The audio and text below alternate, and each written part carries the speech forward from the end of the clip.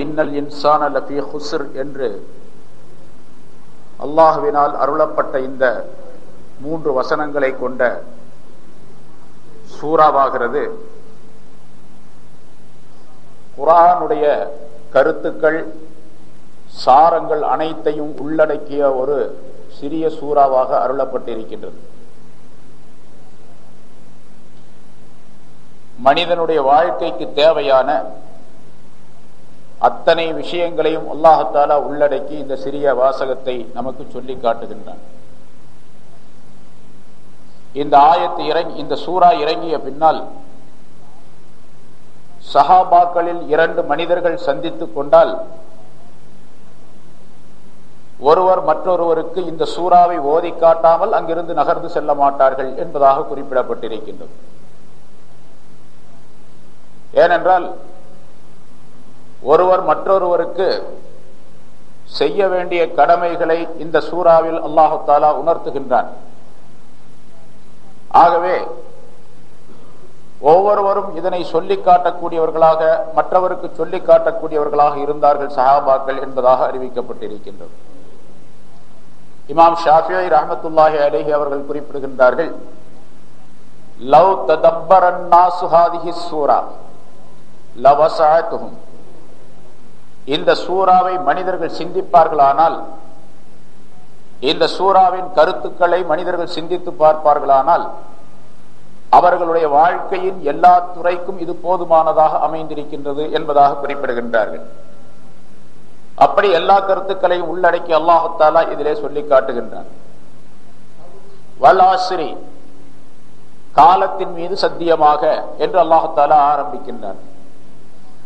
அல்லாஹ் தஆலா ஒரு விஷயத்தை சத்தியமிட்டு சொல்லுகின்றான் என்று சொன்னால் பல இடங்களிலே குர்ஆனிலே பல பொருள்களின் மீது சத்தியமிட்டு சொல்லி காட்டுகின்றான். அல்லாஹ் தஆலா எல்லா பொருள்களின் மீதும் சத்தியமிட்டு இருக்கின்றான். சூரியன் மீது சத்தியமாக, வானத்தின் மீது சத்தியமாக, சந்திரன் மீது சத்தியமாக, நட்சத்திரங்களின் மீது சத்தியமாக என்றெல்லாம் சொல்லுகின்றான். அதே போன்று பூமியில் உள்ள பல பொருள்களின் மீது சத்தியமாக என்று அல்லாஹ் தஆலா சொல்லி காட்டுகின்றான். சத்தியமாக என்று சொல்லி அதற்கு பின்னால் ஒரு விஷயத்தை அல்லாஹ் தஆலா குறிப்பிட்டிருக்கின்றான் என்றால் சத்தியம் செய்த அந்த விஷயத்திற்கும் சத்தியம் செய்யப்பட்ட விஷயத்திற்கும் நெருங்கிய தொடர்பு இருக்கின்றது என்பதாக பொருளாகும். இங்கே அல்லாஹ் தஆலா வல் ஆஸ்ரி, காலத்தின் மீது சத்தியமாக என்பதாக சொல்லி காட்டி அந்த சத்தியத்தினுடைய நோக்கம் என்னவென்று சொன்னால் இன்னல் இன்சான லஃபீ குஸ்ர், நிச்சயமாக மனிதன் நஷ்டத்தில் இருக்கின்றான் என்று அல்லாஹ் தஆலா சொல்லி காட்டுகின்றான். இப்பொழுது மனிதன் நஷ்டத்தில் இருப்பதற்கு காரணம் காலம் என்பதாக அல்லாஹ் தஆலா சொல்லி காட்டுகின்றான். காலத்தின் மீது சத்தியமிட்டு சொல்லியதின் நோக்கம் மனிதன் காலத்தை சரியாக பயன்படுத்தாத காரணத்தால் அவன் நஷ்டத்தில் இருக்கின்றான் என்ற கருத்தை சொல்லி காட்டுகின்றான். இதை மனிதர்கள் மிக முக்கியமாக விளங்க வேண்டும் என்பதையும் அல்லாஹ் உள்ளடக்கி இங்கே சொல்லுகின்றான். காலம் இருக்கின்றதே, அது மனிதனுக்கு மிக பொன்னானதாக அருளப்பட்டிருக்கின்றது. தமிழிலும் நாம் சொல்லுவோம் அல்லவா, காலம் பொன்னானது என்பதாக. அதுபோன்று அல்லாஹ் தஆலா காலத்தை மிக அற்புதமானதாக வழங்கி இருக்கின்றார். நாம் இருக்கக்கூடிய இந்த காலம் கடந்து விட்டால் இனி எப்பொழுதுமே அந்த காலம் வராது. நமக்கு நான் பேசிக்கொண்டிருக்கக்கூடிய இந்த நேரம் கடந்து விட்டது என்று சொன்னால் இனிமேல் இந்த காலம் எப்பொழுதுமே வராது. கியாமத் நாள் வரைக்கும் வராது, அதுக்கு பிறகும் வராது. ஆகவே இருக்கக்கூடிய காலத்தை பயன்படுத்த வேண்டும். சொர்க்கவாசிகளுக்கு எந்த விதமான கவலையும் இருக்காது என்று ஹதீஸ் ஷரீஃபிலே குறிப்பிடப்பட்டிருக்கின்றது. எந்த கவலையும் அவர்களுக்கு இருக்காது சொர்க்கவாசிகளுக்கு.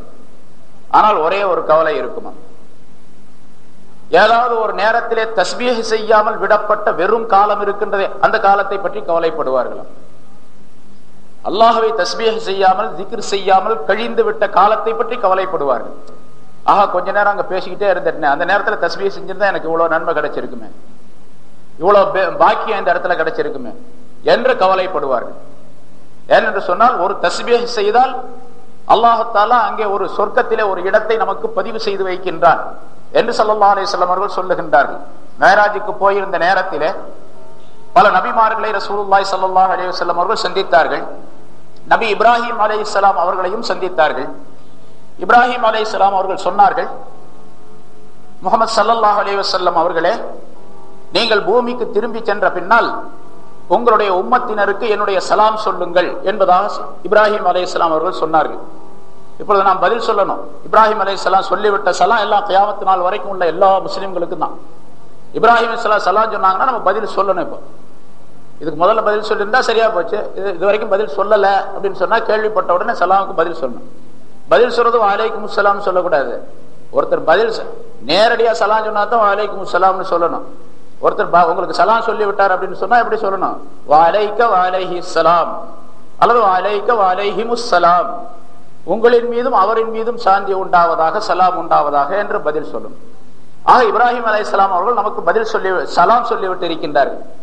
சலாம் சொல்லிவிடுங்கள் என்பதாக சொல்லிய பின்னால் இப்ராஹிம் அலைஹிஸ்ஸலாம் அவர்கள் சொல்லுகின்றார்கள், இந்த சொர்க்கம் இருக்கின்றதே அது காலியான பூமியாக, தரையாக இருந்து கொண்டிருக்கின்றது. நல்ல வளமுள்ள தரையாகவும் இருக்கின்றது. தண்ணீர் வளம், நீர் வளம், நில வளம் கொண்டதாக இந்த சொர்க்கத்தினுடைய தரை இருக்கின்றது. உங்களுடைய உம்மத்தினரிடத்திலே சொல்லி அதிலே பயிரிடச் சொல்லுங்கள் என்பதாக இப்ராஹிம் அலைஹிஸ்ஸலாம் அவர்கள் சொல்லி அனுப்பி இருக்கின்றார்கள். அதாவது ஹதீஸினுடைய கருத்து இது. உங்களுடைய உம்மத்தினிடத்தில் சொல்லி பயிரிடச் சொல்லுங்கள். இந்த நிலத்திற்கு பயிர் எது என்று சொன்னால் சுப்ஹானல்லாஹ், அல்ஹம்துலில்லாஹ், லா இலாஹ இல்லல்லாஹ், அல்லாஹு அக்பர் என்ற திருக்கலிமாக்களாகும் என்பதாகவும் சொல்லப்பட்டிருக்கின்றது. ஆகவே ஒரு மனிதன் ஒரு சுப்ஹானல்லாஹ் என்று சொன்னால் நம்முடைய பெயரிலே ஒரு மரம் அங்கே நடப்படுகின்றது. 100 தடவை சுப்ஹானல்லாஹ் என்று நீங்கள் சொன்னால் 100 மரம் நடப்படுகின்றது. 1000 தடவை சொன்னால் 1000. அதாவது அதனுடைய பொருள் என்னவென்று சொன்னால் அத்தனை மரங்கள் நடப்பட்ட அந்த இடம் இருக்கின்றது, விசாலமான இடம். அந்த இடத்திற்கு சொந்தக்காரராக நாம் ஆகிவிடுகின்றோம் என்று பொருள். நாம் அங்கே சென்ற பின்னால் அந்த இடத்திற்கு சொந்தக்காரராக நாம் ஆகிவிடுவோம். அல்லாஹ் தஆலா குர்ஆனில் அதனை சொல்லி காட்டுகின்றான்.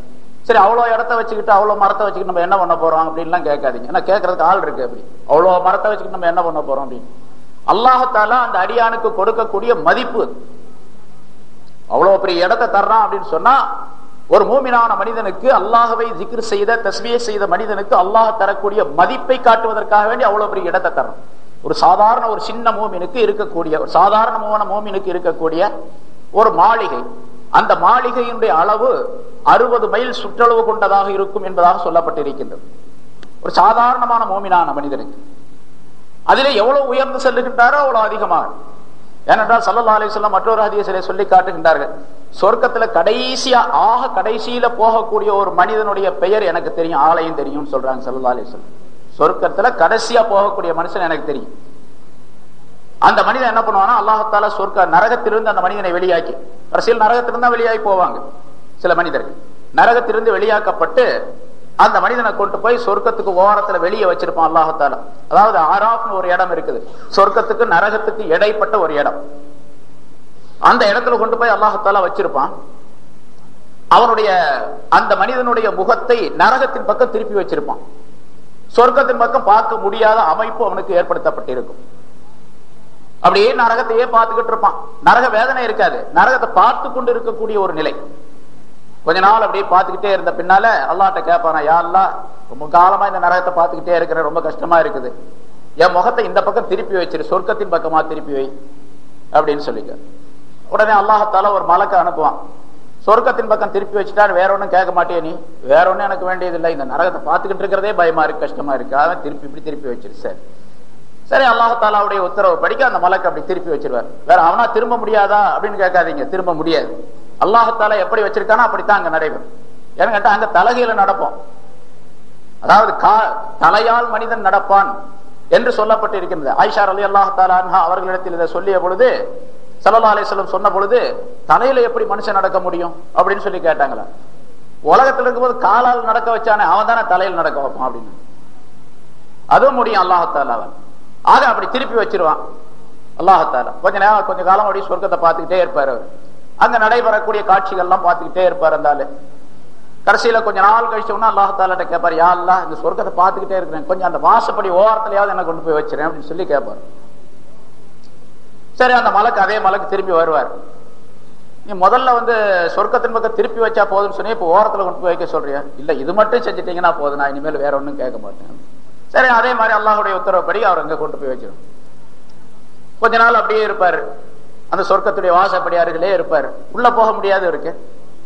பிறகு கொஞ்ச நாள் கழிச்ச உடனே மறுபடியும் அல்லாஹால யாரெல்லாம் சொர்க்கத்துக்கு உள்ள போகக்கூடிய பாக்கியத்தை கூட எனக்கு வேற எதையும் கொடுக்காட்டோம், உள்ள போய் பாக்குறதுக்காக அனுமதி கொடுது.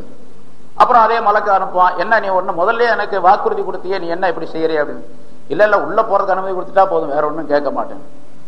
அப்போ அல்லாஹாலா அந்த மலக்கின் மூலமாக சொல்லப்படும், சரி நீ உள்ளே செல்லு, உனக்கு நீ உலகத்தில் இருந்து பாரு, அந்த உலகத்தினுடைய பூமியுடைய உருண்டையை போன்று பன்மடங்கு விரிவான சொர்க்கம் உனக்கு கொடுக்கப்பட்டு இருக்கின்றது போ என்பதாக அல்லாஹாலா சொல்லுவான்.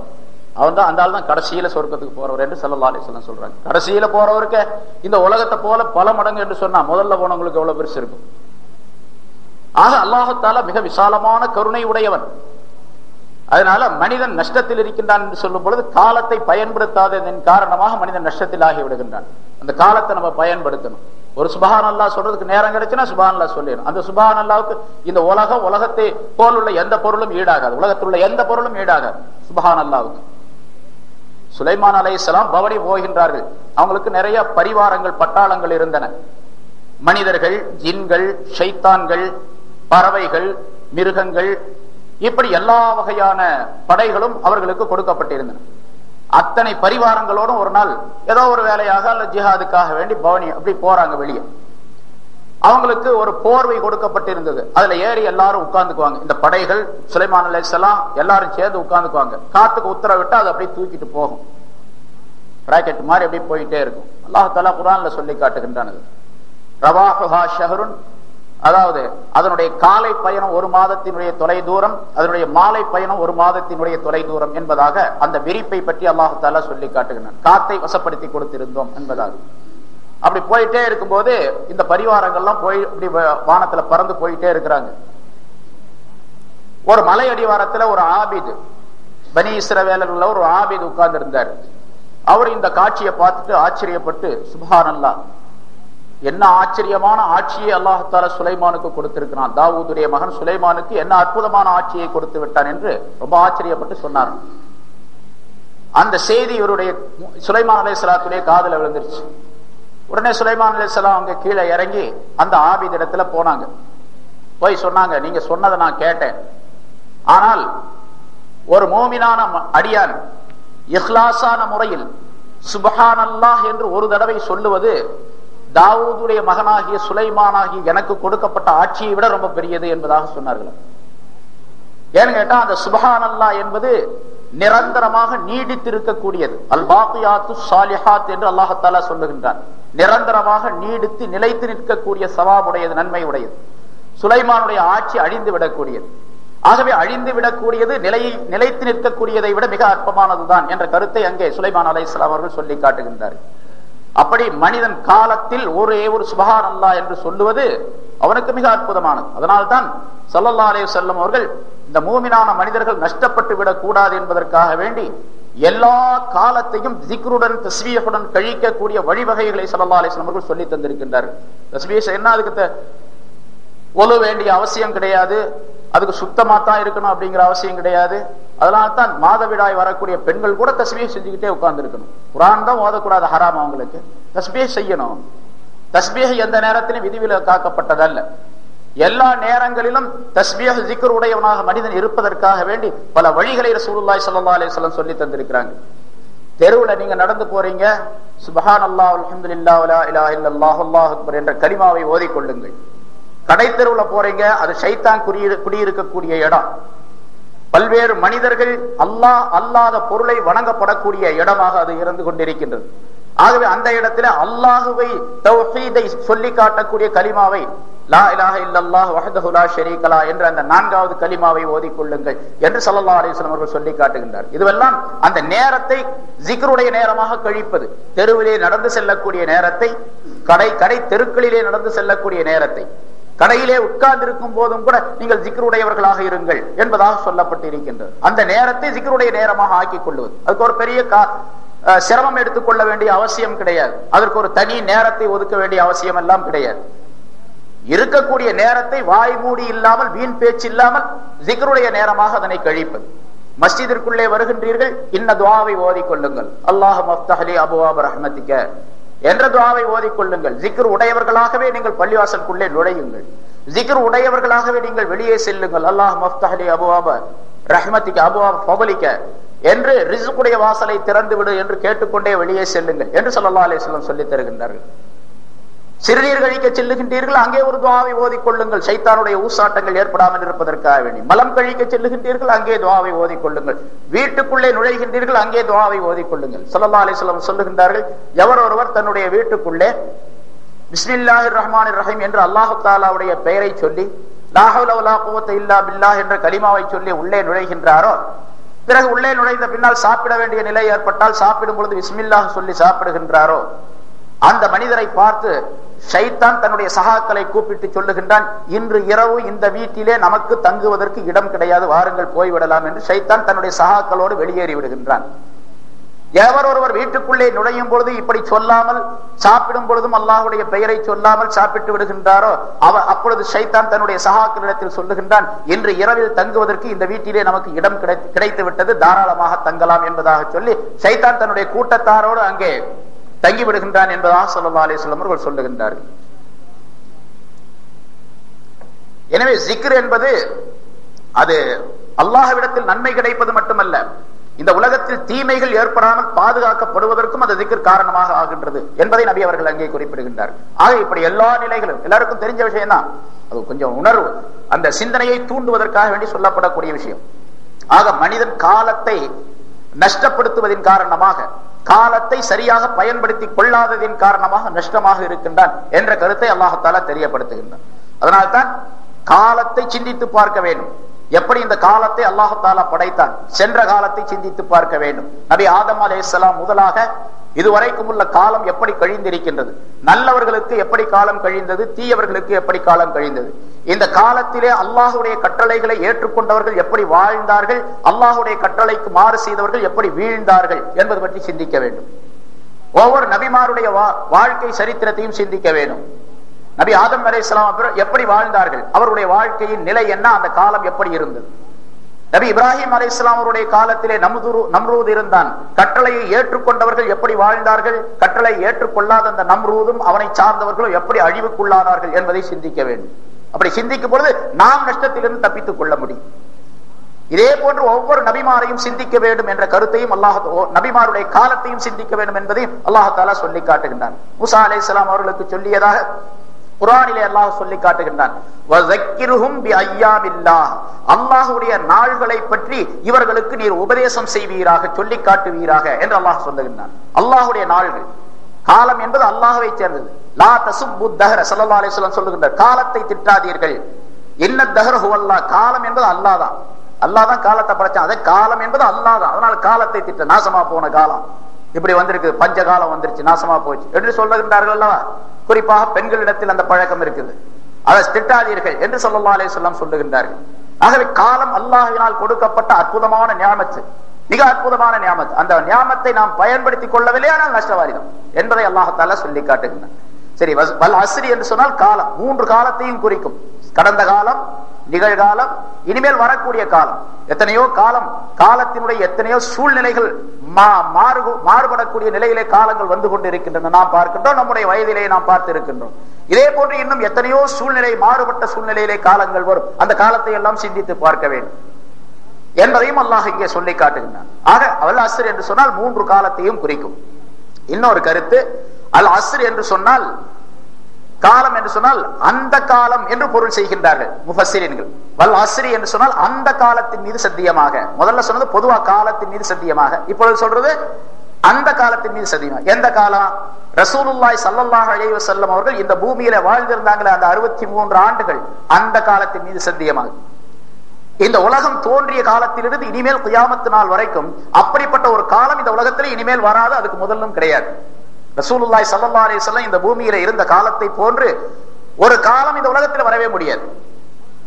அப்படிப்பட்ட பொன்னான காலம், அற்புதமான காலம், அந்த காலத்தை போன்று வேறு காலம் கிடையாது. அதனால்தான் அந்த காலத்தின் மீது சத்தியமாக என்று அல்லாஹ் தஆலா குறிப்பிடுகின்றான்.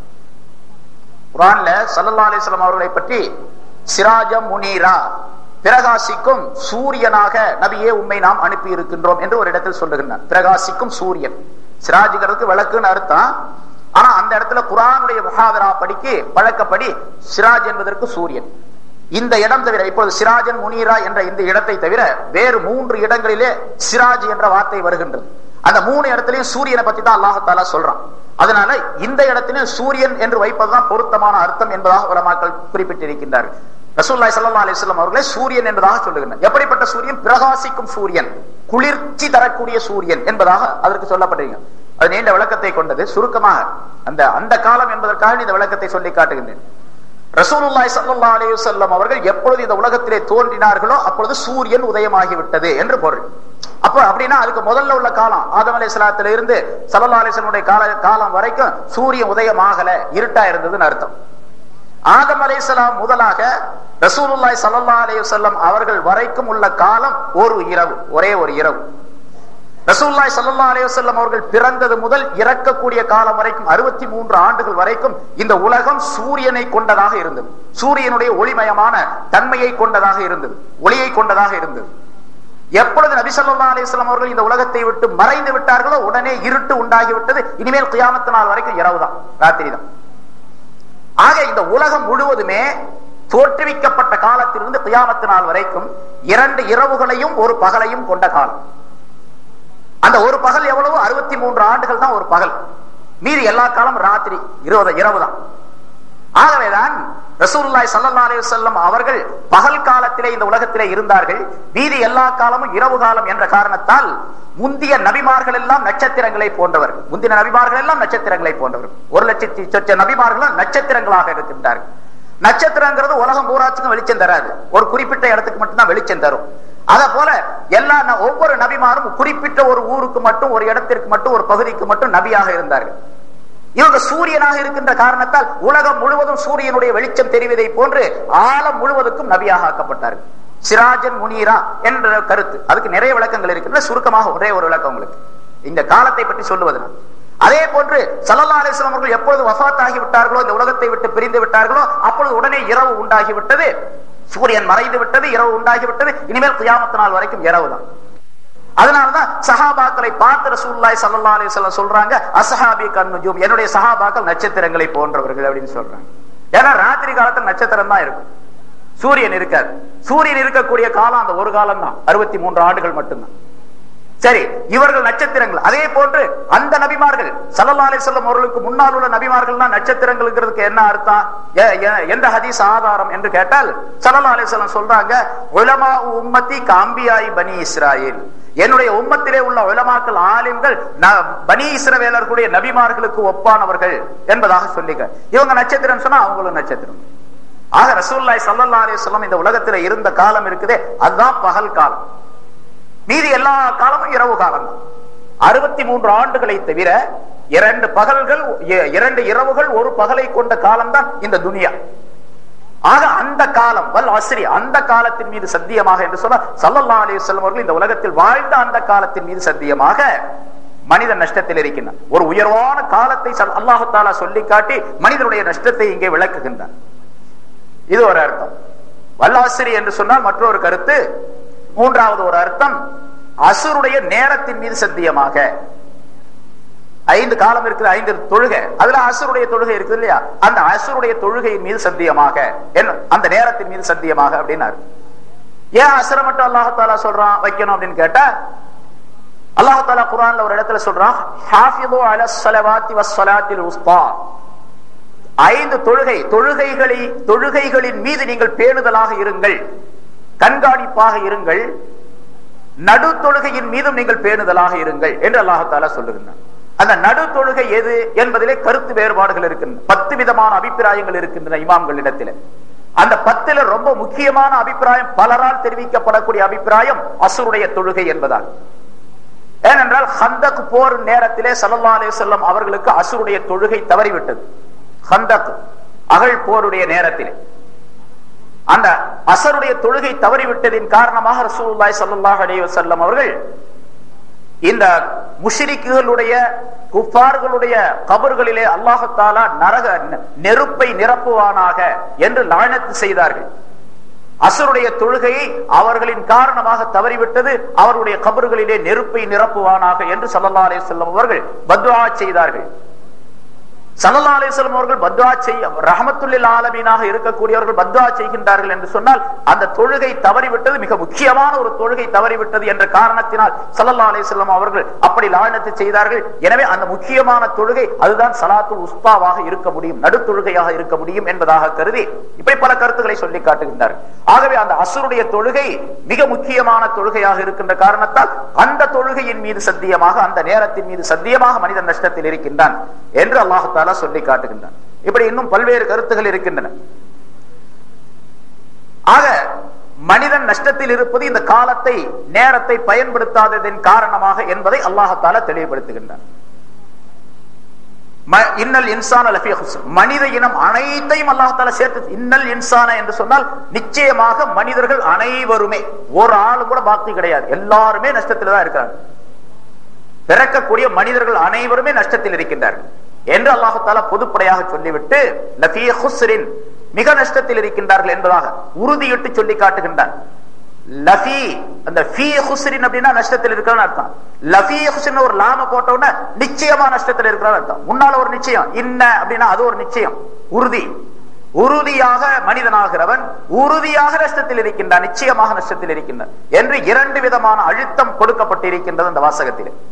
சரி, இல்லல்லதீன ஆமனு வஅமிலுஸ் ஸாலிஹாத்தி வதவாஸௌ பில் ஹக்கி வதவாஸௌ பிஸ்ஸப்ர், நான்கு விஷயங்கள் இருக்கக்கூடியவர்களை தவிர மற்ற எல்லாம் நஷ்டத்தில் இருக்கிறார்கள். எல்லாத்தையும் நஷ்டத்திற்காக சொல்லிட்டு நாலு குணங்கள் உடைய மனிதனை தவிர, நாலு தன்மைகள் உள்ள மனிதரை தவிர. அந்த நாலு தன்மை என்ன? ஒன்னு ஈமான், இரண்டாவது சாலிஹான அமல், மூணாவது வதவாஸௌ பில் ஹக்கி, சத்தியமான உண்மையான விஷயங்களை கொண்டு ஒருவருக்கொருவர் பரிமாறிக்கொள்ளக்கூடியவர், உபதேசம் செய்து கொள்ளக்கூடியவர். வதவாஸௌ பிஸ்ஸப்ர், பொறுமையை கொண்டு ஒருவருக்கொருவர் உபதேசம் செய்து கொள்ளக்கூடியவர். இந்த நான்கு நபர்களை தவிர, நான்கு குணங்களை கொண்ட நபரை தவிர மற்ற அனைவரும் நஷ்டத்தில் இருக்கின்றார். இந்த நான்கு தன்மை யாரிடத்தில் இருக்கின்றனவோ அவர் நஷ்டவாளி அல்ல என்பதை அல்லாஹ் தஆலா சொல்லி காட்டுகிறார். இப்பதான் விஷயத்துக்கு வர்றோம். இந்த நான்கு தன்மைகள் என்ன, எப்படி நான்கு தன்மைகள் என்பது நம்மிடத்தில் இருக்கின்றனவா இல்லையா என்பதை இப்பொழுது ஒவ்வொருவரும் ஆய்வு செய்ய கடமைப்பட்டவர்களாக இருந்து கொண்டிருக்கின்றனர். நம்ம இடத்துல இருக்கின்றனவா இல்லையா? பொதுவா சொல்றான், நான் இடத்துல ஈமான் இருக்குது அப்படின்னு சொல்றான். ஆனா அந்த ஈமானுடைய முழு தன்மை நம்மிடத்தில் இருக்கின்றதா அப்படிங்கறத கொஞ்சம் சிந்திச்சு பாருங்க. ஈமானுடைய முழு தன்மை நம்மிடத்தில் இருக்கின்றதா என்பதை யார் அல்லாஹ் தஆலா குர்ஆன்ல உலாயிக ஹுமுல் முஃமினூன ஹக்கா, அவர்கள் தான் உண்மையான மூமின்கள் என்று சொல்லி காட்டுகின்றானே, அந்த ஹக்கான மூமினாக நாம் இருக்கின்றோமா என்பதை நாம் இப்ப சிந்திக்கணும். முதலாவதாக அல்லாஹ் தஆலா இல்லல்லதீன ஆமனு, ஈமான் கொண்டவர்களை தவிர என்று அல்லாஹ் தஆலா சொல்லுகின்றார். ஈமான் என்றால் என்ன? ஸல்லல்லாஹு அலைஹி வஸல்லம் அவர்கள் பல்வேறு விளக்கங்களை சொல்லி இருக்கின்றார்கள். ஈமான் என்றால் என்ன என்று கேட்கக்கூடிய மனிதர்களுக்கு அவரவருடைய தராதரத்திற்கு தக்கவாறு, அவர் எந்த நோக்கத்திலே கேட்கின்றாரோ அந்த நோக்கத்திற்கு தக்கவாறு ஸல்லல்லாஹு அலைஹி வஸல்லம் அவர்கள் பதில் சொல்லி இருக்கின்றார்கள். பொதுப்படையாக சொல்லுகின்றார்கள். ஒரு தடவை சொன்னார்கள், அல் ஈமானு பிதுஉன் வ ஸபஊன ஷுபா, ஈமான் என்பது 70 சொச்சம் கிளைகளை உடையது என்பதாக ஸல்லல்லாஹு அலைஹி வஸல்லம் சொன்னார்கள். 70 சொச்சம் கிளைகள் உடையது. ஈமான் என்பது ஒரு மரம் என்று வைத்துக் கொண்டால் அது இனிமை. அல்லாஹ் தஆலா குர்ஆன்ல கஷஜரத்தின் தய்யிபத்தின் என்பதாக சொன்னார். இந்த இனிமையான கலிமாவுக்கு உதாரணம் இருக்கின்றதே, அது மனமான இந்த கலிமாவுக்கு உதாரணம் கஷஜரத்தின் தய்யிபா, மிக மனமுள்ள அழகிய இனிமையான ஒரு மரத்தை, நல்ல வளமுள்ள ஒரு மரத்திற்கு ஒப்பானது என்பதாக அல்லாஹ் சொல்லுகின்றார். அதே போன்று ஈமான் என்பது ஒரு மரம் என்று சொன்னால் அந்த மரத்திற்கு 70 சொச்சம் கிளைகள், 77, 73, 75, 77, 79, 70 சொச்சம் என்று பிதுஉன் வ ஸபஊன என்று சொன்னால் 70 சொச்சம். அந்த சொச்சம்ங்கிறது எவ்வளவு? 3, 5, 4, 7, 8, 9 அப்படிங்கிறது கருத்து வேறுபாடு இருக்குது. 77 என்பதை பெரும்பாலானவர்கள் சொல்றாங்க. 77 கிளைகள் இருக்கின்றன. அந்த மரத்துக்கு 77 கிளை. 77 கிளை என்று சொன்னால் 77 தன்மைகள் அப்படின்னு அர்த்தம். அந்த மரத்தை போன்றவன், அவனுக்கு 70 சொச்சம் தன்மைகள் இருக்க வேண்டும். அவன்கிட்ட 70 சொச்சம் தன்மைகளும் பரிபூர்ணமா இருந்துச்சு அப்படின்னு சொன்னா அவர் பரிபூர்ணமான மூமின் என்பதாக சொல்லப்படும். சரி, இப்ப இதுல ஆமன்து பில்லாஹி வ மலாயிகத்திஹி வ குதுபிஹி வ ருசுலி, சரி, அந்த 70 சொச்சத்தை 3 விதமாக பகுத்து இருக்கின்றார்கள். 70 சொச்சம் அந்த செயல்களை 3 விதமாக பகுத்திருக்கின்றார்கள். ஒன்று கல்வி, கல்வை சேர்ந்த அமல், அமாலுல் கல்ப், கல்வை சேர்ந்த அமல்கள், மனதை சேர்ந்த அமல்கள். இரண்டாவது அமாலுல் லிசான், நாக்கை சேர்ந்த அமல்கள். மூன்றாவது அமாலுல் பதன், பதனி, உடலை சேர்ந்த அமல்கள். இந்த கல்வை சேர்ந்த அமல்கள் இருக்குது பாருங்க, அது 30. நாக்கை சேர்ந்த அமல்கள் 7, உடலை சேர்ந்த அமல்கள் 40. இப்ப 77. இன்னொரு ஹதீஸ்ல 69 என்பதாகவும் இருக்குது. இதை ஒன்னுக்குள்ள சேர்த்தும் சொல்லலாம், ஒன்றை இரண்டாகவும் சொல்லலாம், அல்லது இரண்டை ஒன்றாக்கியும் சொல்லலாம். சில இடங்கள்ல அப்படி வரும் அந்த கருத்து. அது உதாரணம் பின்னால வரும்போது நான் சொல்றேன். அதனாலதான் ஒரு ஹதீஸ்ல 69 என்று இருக்கின்றது, 60 சொச்சம் என்று இருக்கின்றது, 70 என்று இருக்கின்றது, 77 என்பதாக இருக்கிறது, 70 சொச்சம் என்பதாக இருக்கின்றது. இப்ப நாம சொன்னது 77 கணக்கு வச்சுக்கோ. இதுல முதல்ல நம்ம ஸ்கூல்ல, அதாவது மக்தபுகள்ல, ஆரம்ப கல்வி கூடங்கள்ல நம்ம படிச்சிருக்கிறோம் உஸ்தாதுகள்ட்ட, ஆமன்து பில்லாஹி, ஈமானுடைய பரல்கள் 7. ஆமன்து பில்லாஹி வ மலாயிகத்திஹி வ குதுபிஹி வ ருசுலிஹி வல் யௌமில் ஆஹிரி வல் கத்ரி கைரிஹி வ ஷர்ரிஹி மினல்லாஹி தஆலா வல் பாஸி பஅதல் மௌத் என்பதாக படிச்சிருக்கிறோம். அதுக்குள்ள விளக்கத்தை நம்ம காண்போம். ஈமான் கொள்றது அப்படி நம்பிக்கை கொள்றது. ஈமான்னா உறுதி கொள்றது, நம்பிக்கை கொள்றது. இந்த நம்பிக்கை கொள்றதுல பல படித்தரங்கள் இருக்குது. ஒண்ணு பொதுமக்களுக்குரிய ஈமான் ஒரு வகை இருக்குது. பொதுமக்களுக்குரிய ஈமான் அப்படின்னு சொன்னா கல்வி அறிவு இல்லாதவங்களா இருக்கிறாங்க, மார்க்கத்தினுடைய அறிவு இல்லாதவங்களா இருக்கிறாங்க, சரியான அறிவு இல்லை. அவங்க பொதுவா முன்னோர்கள் என்ன சொன்னாங்களோ அதை கேட்டு ஈமான் கொள்றது. அப்படியே அல்லாஹ் ஒருத்தன் இருக்கிறான் அப்படின்னு உஸ்தாத் சொல்லி கொடுத்தாரு, எங்க அம்மா அத்தா எல்லாம் சொல்லி கொடுத்துருக்காங்க, அதை படிக்க நம்பிக்கிறது. அல்லாஹ் ஒருத்தன் இருக்கிறான், அவனுக்கு எந்த விதமான மனைவியும் கிடையாது, மக்களும் கிடையாது, அவன் தூங்க மாட்டான், சாப்பிட மாட்டான் அப்படின்லாம் சொல்லி இருக்கிறாங்க, அதை அப்படியே நம்பிக்கிறது. எனக்கு வயசாச்சு, கொஞ்சம் அறிவு வந்துருச்சு, பருவம் அடைந்த பின்னால் நான் என்ன பண்ணு கேட்டா, அவங்க சொல்லி கொடுத்தது சரிதானான்னு கொஞ்சம் ஆராய்ச்சி பண்ணணும். கொஞ்சம் அறிவு வந்துச்சு, ஆராய்ச்சி பண்ணணும். அல்லாஹ்தாலா ஒருவன் சொன்னாங்களே எப்படி அப்படின்னு சிந்திப்பாங்க. மத்தவங்க எல்லாம் 2-3 கடவுளை வணங்குறாங்களே, பல தெய்வங்களை வணங்குறாங்களே, அது பொய்யா அப்படின்னு சிந்திச்சு பார்க்கணும். பருவம் அடைந்த அறிவுள்ள ஒவ்வொருவரும் இப்படி சிந்திச்சு பார்க்கணும். கொஞ்சம் அறிவு கூட இருந்துச்சு, தீனுடைய இல்ம கொஞ்சம் அதிகமா படிச்சுக்கிட்டாரு, இன்னும் கொஞ்சம் அதிகமா சிந்திக்கணும். அவர் இன்னும் கொஞ்சம் அதிகமா சிந்திக்கணும். அந்த சிந்திப்பில் அல்லாஹ்தாலா ஒருவன் தான் என்பதை உறுதிப்படுத்தக்கூடிய தலாயல்கள், ஆதாரங்களை தேடி அந்த ஆதாரங்களை கொண்டு அவர் சிந்திக்கணும். ஆதாரங்களின் மூலமாக அல்லாஹ்தாலாவை ஈமான் கொள்ளும். இதுக்கு இமாம் கசாலி ரஹ்மத்துல்லாஹி ஒரு உதாரணம் சொல்றாங்க.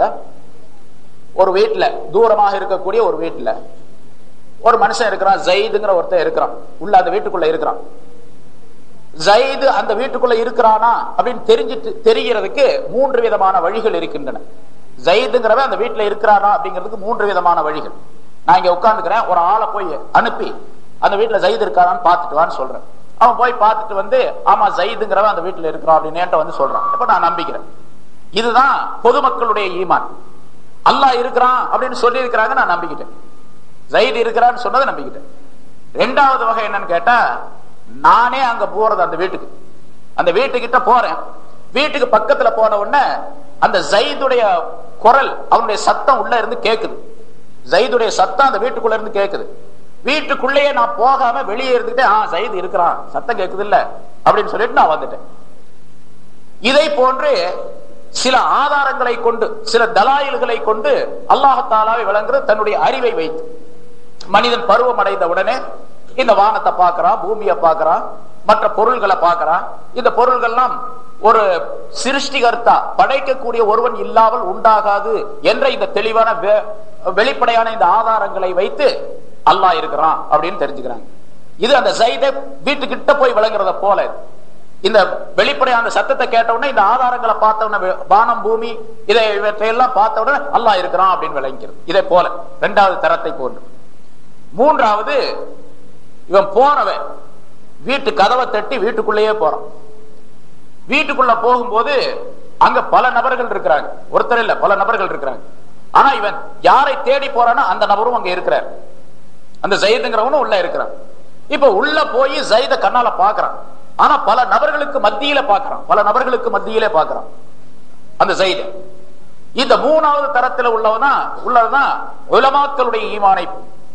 அவர்கள் ஆதாரத்தை இன்னும் துருவி ஆராய்ந்து கொஞ்சம் அருகில போய், ரொம்ப கிட்ட போய் அந்த ஜயித பார்க்கிற மாதிரி அல்லாஹ் தஆலாவை தங்களுடைய ஞானத்தின் மூலமாக கண்டுகொள்வது.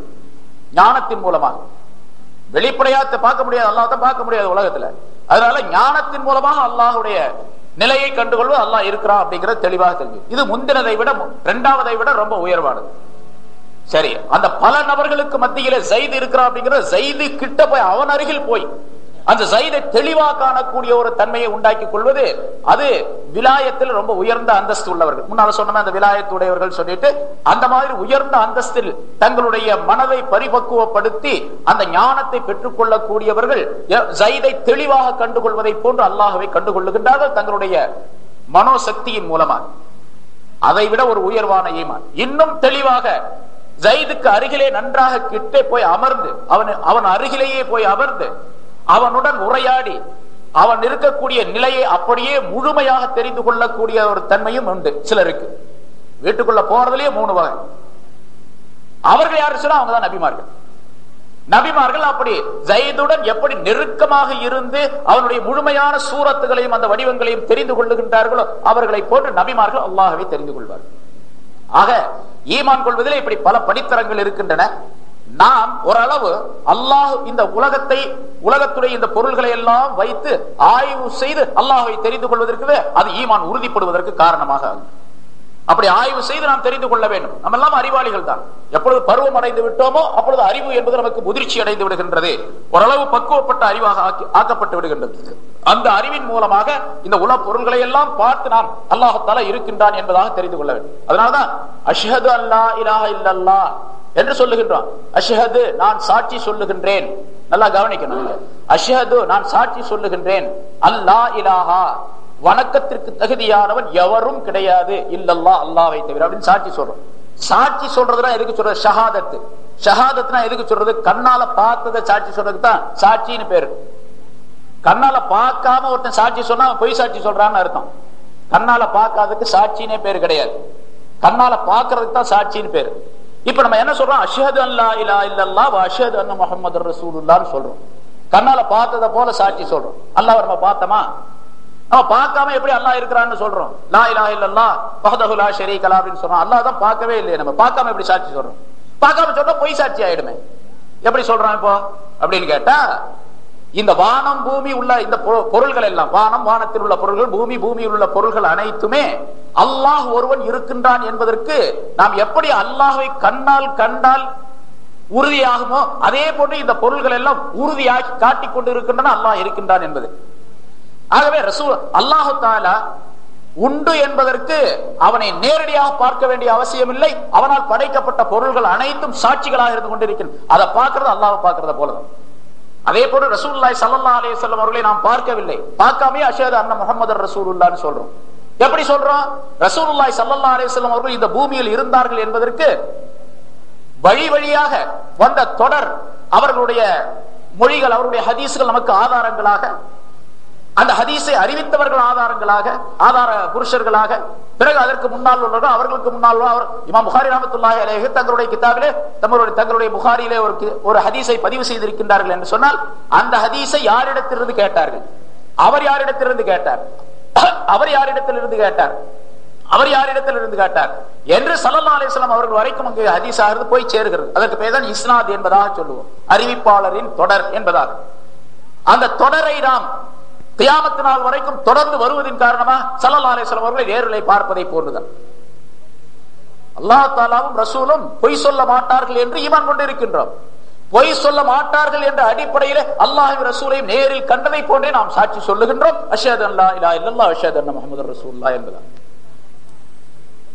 ரசூலுல்லாஹி ஸல்லல்லாஹு அலைஹி வஸல்லம் அவர்களிடத்தில் ஒரு யூதன் கொஞ்சம் பணத்தை கொடுத்து வைத்திருந்தான், ஏதோ பொருளை கொடுத்து வைத்திருந்தான். அந்த பொருளை கொடுக்கும் பொழுது சஹாபாக்கள் எல்லாம் இருந்தார்கள், அவர்கள் எல்லாம் பார்த்து கொண்டிருந்தார்கள். நபி அவர்களிடத்தில் அந்த பொருளை கொடுத்து விட்டு போய்விட்டார். நான் வந்து வாங்கிக் கொள்கிறேன். ஸல்லல்லாஹு அலைஹி வஸல்லம் அவர்களிடத்தில் இதே மாதிரி அமானிதமாக ஏராளமான பொருள்களை, மற்ற விஷய பணங்களை எல்லாம் கொடுத்து வைப்பார்கள். அது பழக்கம் ஆரம்பத்திலிருந்தே. ஸல்லல்லாஹு அலைஹி வஸல்லம் அவர்களுக்கு நுபுவத் வருவதற்கு முன்னிருந்தே அப்படிப்பட்ட பழக்கம் மக்களிடையே இருந்தது, நம்பிக்கையாளர் என்ற அடிப்படையில். ஸல்லல்லாஹு அலைஹி வஸல்லம் அவர்களிடத்தில் அந்த பொருளை கொடுத்து விட்டு அவன் போய்விட்டான்.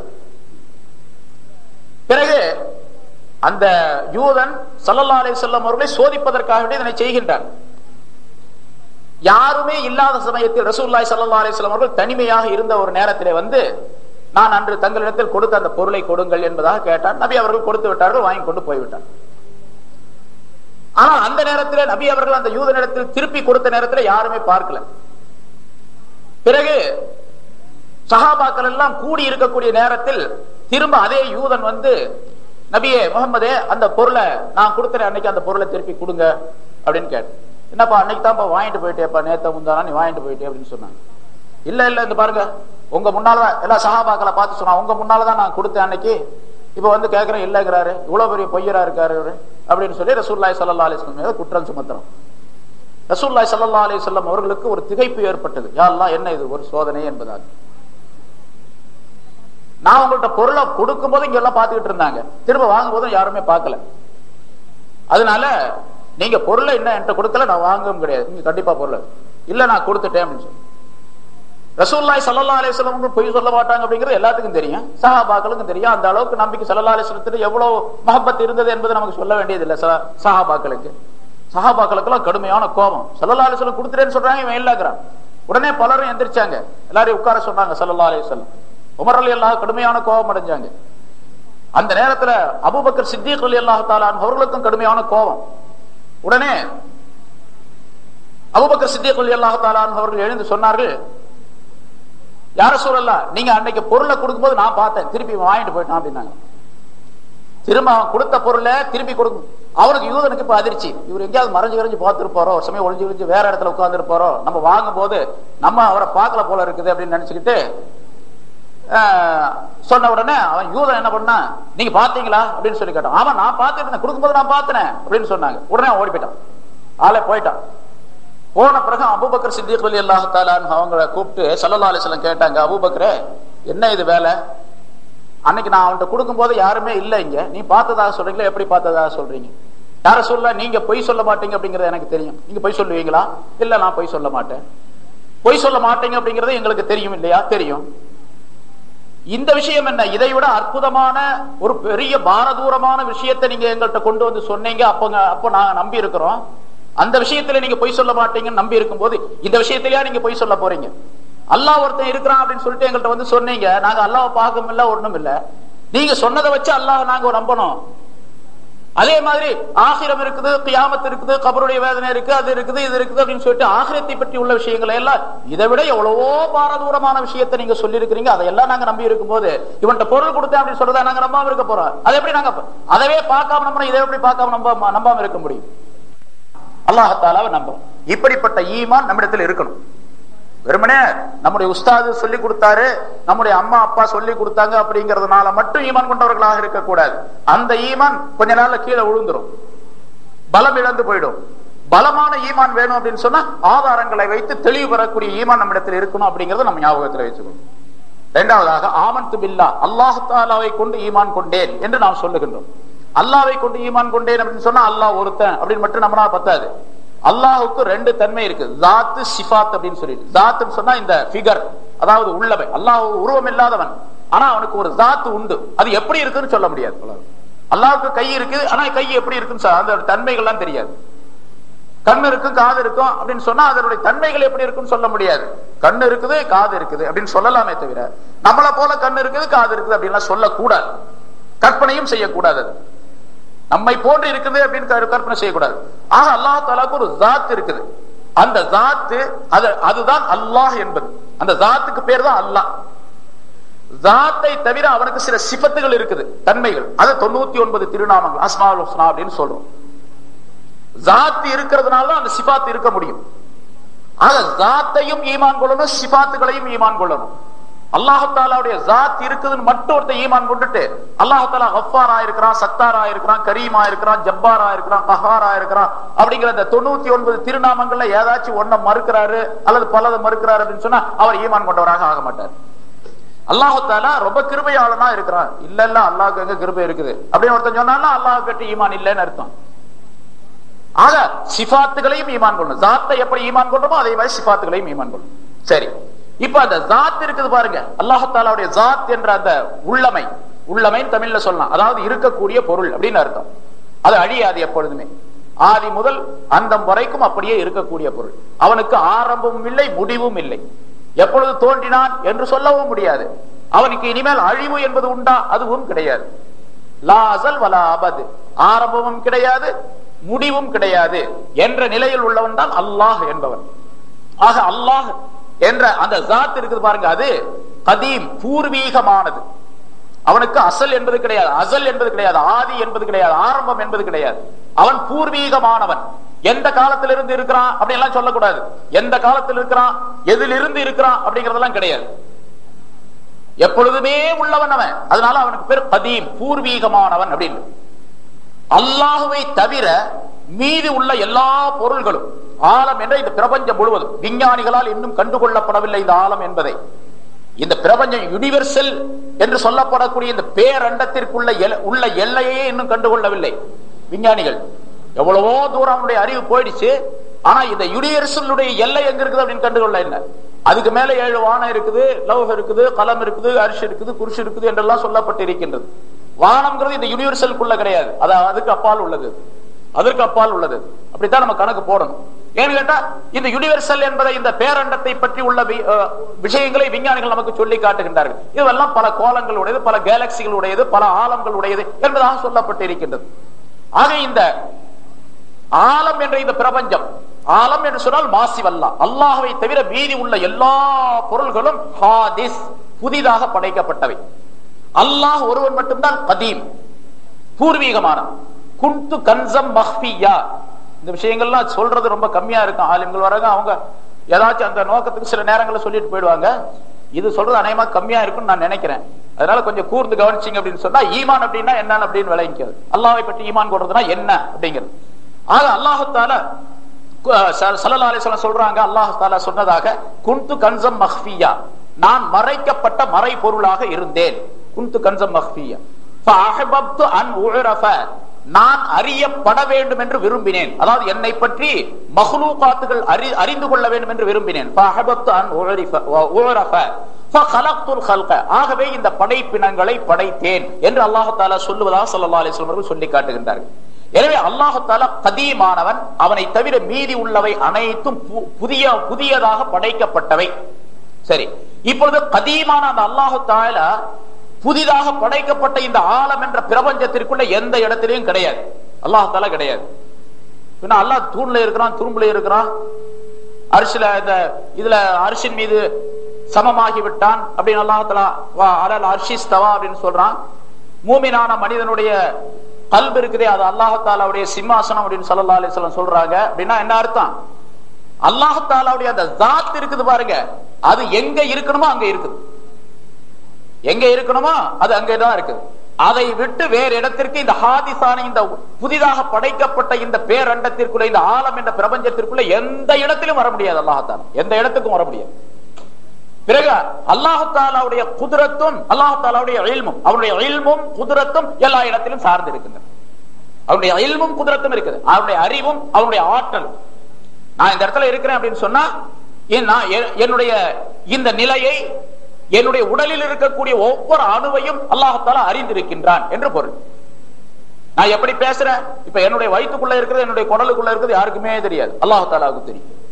அந்த குடலுக்குள்ள என்ன இருக்குது, என்ன நிகழ்ச்சிகள் நடைபெறுவது பெறுகின்றது என்பதை பற்றி அல்லாஹ் தஆலா அறிஞ்சிருக்கான். அவன் ஆலிம், ஆலிமுல் கைப், மறைவான விஷயங்களை அறிகிறது.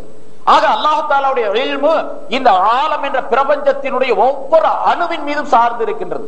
ஒரு கடல், கடலுக்குள்ளே ஒரு பாறை, பாறைக்குள்ளே ஒரு தேரை, அந்த தேரைக்குள்ளே ஒரு அதனுடைய உறுப்புகள், அந்த உறுப்புகளுக்குள்ளே நடைபெறக்கூடிய விஷயங்களையும் அல்லாஹ் தஆலா அறிந்திருக்கின்றான். எங்க இருக்கிறான், எங்க இருக்கணுமோ அங்க இருக்கிறான். அவனுக்கு தகுதியான இடத்துல இருக்கிறான். கதீமானவன் கதீமான இடத்துல இருக்கிறான், ஹாதிஸாக படைக்கப்பட்ட இடத்துல கிடையாது என்று நம்பணும். பின்ன அல்லாஹ் தஆலா பராத் இரவு அந்த இதுல எல்லாம் சொல்லுவாங்க, அல்லாஹ் தஆலா ஒவ்வொரு நாளும் இரவினுடைய பிந்திய பகுதியிலே முதல் வானத்தின் பக்கம் இறங்கி வந்து அடியார்களை பார்த்து அல்லாஹ் தஆலா அறைகூவல் விடுகின்றான், சப்தம் போட்டு சொல்லுகின்றான், என்னுடைய அடியார்களே, என்னிடத்தில் யாராவது ரிஸ்கை தேடுபவர்கள் உண்டா, அவர்களுக்கு நான் ரிஸ்க் அளிக்கின்றேன். யாராவது என்னிடத்தில் பாவ மன்னிப்பு தேடுபவர்கள் உண்டா, அவர்களுக்கு நான் பாவ மன்னிப்பு தருகின்றேன். என்னிடத்தில் ஏதாவது கேட்பவர்கள் உண்டா, அவர்களுக்கு நான் கொடுக்கின்றேன் என்று அல்லாஹ் தஆலா சொல்லுவதா ஸல்லல்லாஹு அலைஹி வஸல்லம் சொல்லுகின்றார்களே. முதல் வானத்தின் பக்கம் இறங்கி வந்து அல்லாஹ் தஆலா இப்படி சொல்லுகின்றான் என்பதா? முதல் பாகத்தின் பக்கம் இறங்கி வர்றது அப்படின்னு சொன்னா அல்லாஹ் அங்கிருந்து மேல இருந்து கீழே இறங்கி வர்றதுன்னு அர்த்தம் அல்ல. அப்படி நம்பவே கூடாது. நம்மனா ஈமான்ல பலவீனம் வந்துடும், ஈமான் அல்ல அது. பிறகு அல்லாஹ் தஆலா இறங்கி வர்றான்னு அர்த்தம், அல்லாஹ் தஆலாவுடைய ரஹ்மத்து அடியார்களுக்கு நெருக்கமா வருது அப்படின்னு அர்த்தம். அல்லாஹ் தஆலாவுடைய ரஹ்மத்து அடியார்களுக்கு நெருக்கமாகி வருது அந்த நேரத்தில், தஹஜ்ஜுடைய நேரத்தில், சஹருடைய நேரத்தில் அப்படின்னு பொருள் அது. ஆக அல்லாஹு தஆலாவுக்கு ஜாத் என்று ஒன்று உண்டு. அந்த ஜாத் கதீமானது, ஹாதிஸான இந்த உலகத்தில் எந்த இடத்திலும் அது கிடையாது. பிறகு மாறாக அல்லாஹு தஆலாவுடைய குதுரத்தும் அல்லாஹு தஆலாவுடைய இல்மும் எல்லா பொருளின் மீதும் ஒவ்வொரு அணுவின் மீதும் சார்ந்ததாக இருக்கின்றது. அப்படி நம்ம உதாரணமா என்ன எடுத்துக்கிட்டு நான் இங்க உட்கார்ந்து இருக்கிறேன், ஒரு 10 அடிக்கு அந்த பக்கத்தில் உள்ள ஒருத்தர் உட்கார்ந்து இருக்காரு. அவரை பற்றி உதாரணத்துக்காக வேண்டி சொல்றேன், அவரை பற்றி அவர் கருப்பா சிவப்பா அப்படின்னு நான் இங்கிருந்தே தெரிஞ்சுக்கிறேன். அதே போன்று அவரை ஏதாவது ஒரு வேலையை செய்யணும் அப்படிங்கிறதுக்காக வேண்டி நான் இங்கிருந்தே அதை பயன்படுத்துகின்றேன். இப்பொழுது என்னுடைய குதிரத்தும் என்னுடைய இல்மும் அவர் மீது சார்ந்து இருக்கின்றது. அவர் எப்படிப்பட்ட நிலையில் இருக்கின்றார் என்பது பற்றியும், அவர் மீது ஏதாவது ஒரு விஷயத்தை பிரயோகிக்கணும் அப்படின்னு சொன்னா நான் இங்கிருந்தே செய்ய முடியும். உதாரணமா இப்ப தெளிவா சொல்லணும் அப்படின்னு சொன்னா, இந்த ரிமோட் கண்ட்ரோல் இருக்குது பாருங்க, அது இங்க உட்கார்ந்துகிட்டே ஒரு பட்டனை தட்டுறாரு, அங்க ஓடுது, அங்க ஆஃப் ஆகுது, ஆன் ஆகுது, ஸ்டேஷனை மாத்துறாரு, இது பண்றாரு, எல்லாம் பண்றாரு, இதை கையில வச்சுக்கிறாரு. இப்ப இங்க இருந்துகிட்டே தான் செய்யறாரு. இப்ப அங்க பக்கத்துல போய் எதுவுமே செய்யல. அந்த பெட்டியில இருக்கக்கூடிய விஷயங்கள்லாம் மாறி மாறி வரக்கூடிய சூழ்நிலை இவர் கைக்குள்ள இருக்கு. இதே போல அல்லாஹ் தஆலா ரிமோட் கண்ட்ரோல், இந்த ஆழம் முழுவதையும் ஒரு ரிமோட் கண்ட்ரோலின் மூலமாக செயல்பட வைக்கின்றான். அல்லாஹ் தஆலா எங்க இருக்கிறானோ அங்கதான் இருக்கிறான், இந்த உலகத்துல எங்கேயும் கிடையாது என்பதை அல்லாஹ்வை பற்றி உள்ள நம்பிக்கை இருக்க வேண்டும்.